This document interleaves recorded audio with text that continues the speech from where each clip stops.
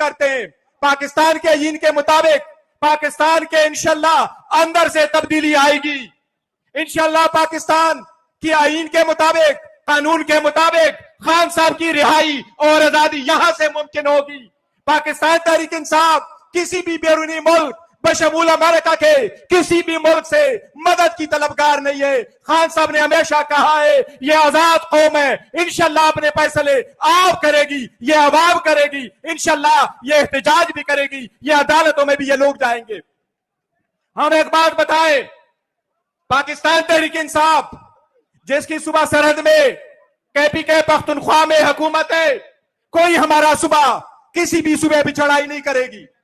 پختون پنجابوں پہ چڑھائی نہیں کرے گی. پختون پنجابوں سے نفرت نہیں کرتی.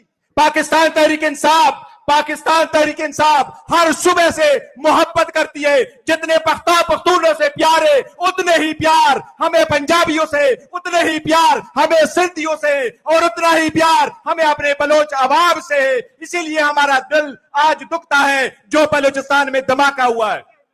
ہم یہ بتائیں, جتنے لوگ ہیں جنہوں نے یہ قانون سازی اپنے لیے کی, اپنے آپ کو NRO دیا ہے, لیکن NRO ان کے کام نہیں آئے گا.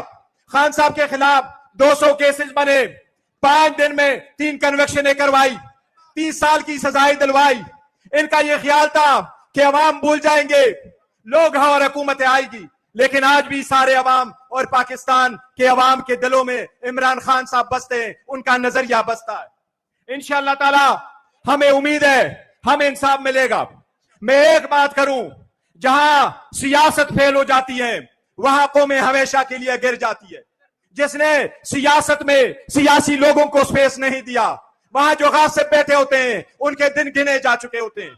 آج پاکستان کے عوام جو یہ نکلی ہے اس بات کی گواہی دینے کے لیے کہ یہ خان صاحب کے بغیر پاکستان کی سیاست ناممکن ہے.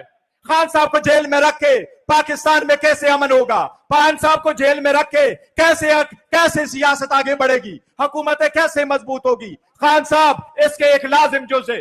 انشاءاللہ تعالی ہر صورت خان صاحب آزاد ہوں گے. انشاءاللہ تعالی آپ کا وہ منزل خان صاحب کی رہائی بہت قریب ہے, انشاءاللہ تعالی بہت قریب ہے.